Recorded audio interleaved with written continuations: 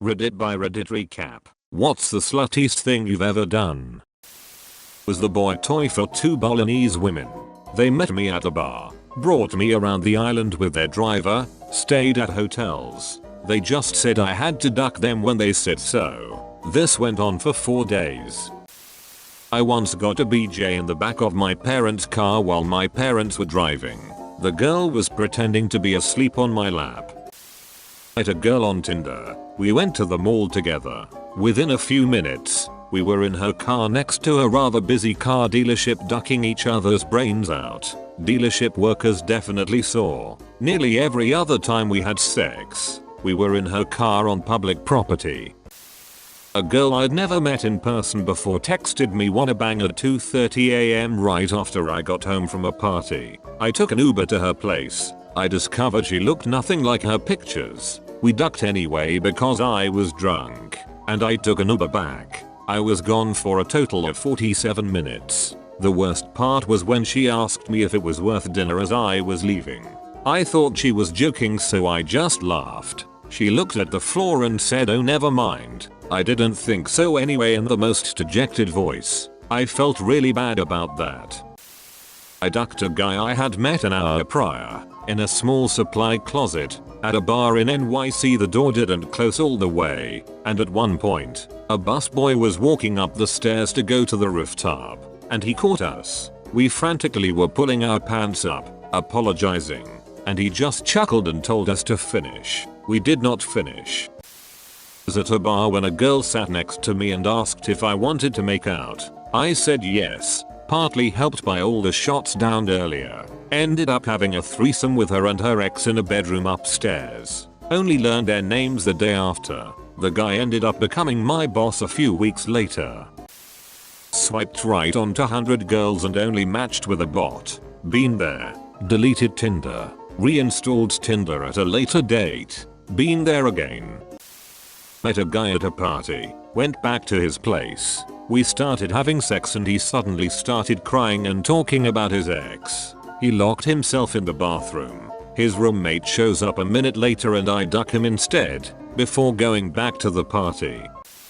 Oh god, this is a tie. Met a girl on Tinder that used to be a stripper and is a current cam girl. Thought she was joking and called her bluff asking to go to the club she used to work at. Went there and had free entry and drinks all night. Went back to my place. She stripped for me. Had some 7 out of 10 sex. Woke up the next morning and she asked if she could use my room to do a cam show. About halfway through her show she walks out and says one of my regulars noticed I was in a different room.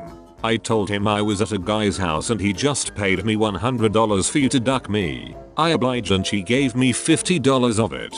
Second is there was a supervisor from work. We'll call her Amy. I thought was pretty cute but she'd turned down going out twice so I left it alone. Her friend. We'll call her Belle, an operational manager, step higher than a supervisor. Let me know Amy doesn't like going out with people from work but they go out for drinks all the time and Amy actually had interest in me. Belle and I set up a plan where her and Amy will go out for drinks. Belle will text me where they are, and I'll accidentally run into them. Fast forward to that night, we are all hammered and get a lift back to my place. Belle passes out as soon as she gets to my place and Amy and I go at it. The next morning Amy wakes up and gets a lift to work. Belle wakes up shortly after, rolls into bed with me, and says, "Do I get a reward for helping you out last night?" and proceeds to suck the soul out of me 5 out of 7 night. Probably wouldn't do it again though.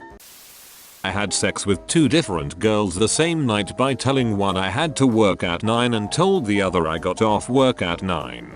Also I did it at my neighbor's that I was dog sitting for.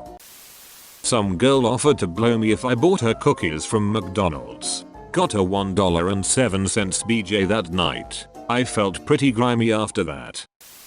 Ducked a girl in the Wet Republic Club pool in Las Vegas that I had met about 90 seconds prior. The only thing I know about her is she was 36 at the time. Banged a dude in the parking lot of the school. Arrived to chemistry class with jizz in my eyebrow. I've been having a sexual relationship with my boss for the last 6 months or so. We're both single, and I'm his kid's nanny. Last summer, I ran into my former neighbor at the beach. Very attractive woman. She was 42 and I was 20. She watched me grow up. I used to mow the lawn for her. Always admired her from a distance. But naturally, never thought something could happen. She moved away when I was 16. After we bumped into each other, she sends me an Instagram DM. I guess that's the only place she could find me. I dunno. Saying that it was good to see me. Followed by, and I quote, "I hope it's not creepy to say this, but you're looking really good these days. Game on." She picked me up in her soccer mom mobile and I enjoyed a refined BJ. We banged lots. It was unreal. We still talk and send the odd naughty pic, but we both agreed it probably wasn't best to get too attached. TLDR, I had sex with the mom next door. A true Stacy's mom experience that I'll never forget. Edit. More details I guess. We messaged for about 3 days after the run-in at the beach. On the third night, it went down. She couldn't wait though. Took me straight into a kiss. Drove to her house and the rest is history. She knew what she was doing in every regard. The best part was that she had a bunch of the adult gossip from the other neighbors on our old street with whom I'd never really interacted. I learned that John, the guy who's always fixing bicycles, was gay and religious. He is also South African, but that's not relevant to the point. Painting a picture. Dude's married with kids and bangs his wife from behind and that's why she has short hair. It all clicked. I did this semester in Paris, and we stayed at a place called the FIP. It's like a hotel for traveling class groups from all over the world. Hotel rooms, with classrooms if needed. My group from the US was there for 3 months, but many other groups from nearer countries were on shorter trips, especially week-long, since they often left on Saturdays. Friday nights became the social time when they would hang out at the cafe on the first floor for last night shenanigans. And those did happen. Most of my group was mid-20s, but I was 18 and still figuring out confidence. But I did go there one night, when a group from South Africa was having their last night. I ended up taking one girl back to my room to have some fun. After we were done, she said, "My friend down there really liked you too. You should see if she's still there." I was more than a little flabbergasted, but she was still there. She was more daring me to play with her in semi-public areas before she also came up to my room. The following Monday, as we were getting to class, this kind of mean girl tried to tease me, loudly saying, "So, the worst thoughts. I saw you bringing a girl to your room the other night." I was so oblivious. I answered, "Which one?" The classroom erupted. I've never received so many high fives, and it took a few years before I ever saw a girl blush harder than that mean one. I went to a Southern Baptist school growing up that was insanely strict and overbearing. You would be suspended for basic PDA like holding hands or hugging, and to make matters worse, teachers had eyes on the back of their heads. This made for some pretty rebellious times when a few of us devils would plan ahead to try sneak in a makeout session in the few places we knew we could get away with it. Now, our church chapel doubled as the school theater, and unless we were having mass or theater class, that chapel was locked down 24/7. We were having a dress rehearsal in theater class my senior year, when I was backstage and realized that someone had left the key in the back door exit behind the stage. There were 2 keys on the keychain, and after trying both, I realized they were the same key for the same door. I quickly pocketed one of the keychain and no one was the wiser. This was the kind of good fortune my horny and sexually repressed teen self dreamed about. I had the hots for this girl and we had managed to sneak away several times, make out, and get our hands under each other's shirts a few times too. But nothing more because we were always so scared of getting caught and expelled. Her parents were hardcore Baptists. Dad was a pastor and would never let her go anywhere on weekends, not even to sleep over at a friend's house. She would often slip me a folded note saying the dirty things she wanted to do. "I want to feel you in my mouth. Inside me. I want to know what your jizz tastes like, etc." We spent months just needing a place to do it, and finally, this key was my golden ticket to the duck factory. The opportune day arrived when she told me in the hallway before first period, "My sister has junior high choir today, so my mom is coming an hour late to pick us up."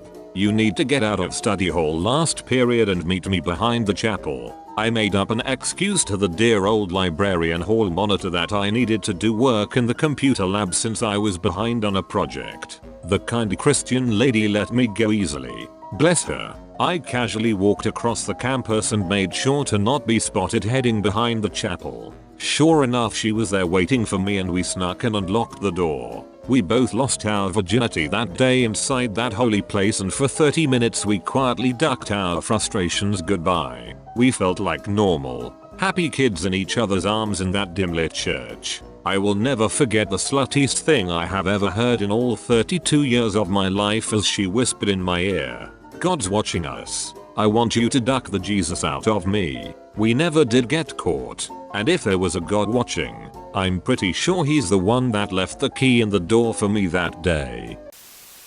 Best comment of the day. I had a dominant FWB that banged me for eyes. 3 days to be exact. It was at his place, and it was pretty unexpected.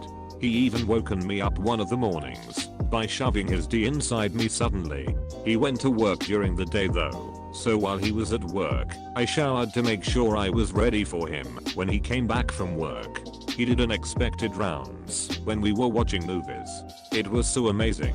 On the last night, when he dropped me off back at my place, I was so speechless, my eyes lowered with a huge grin on my face, and my hair was totally messy than ever.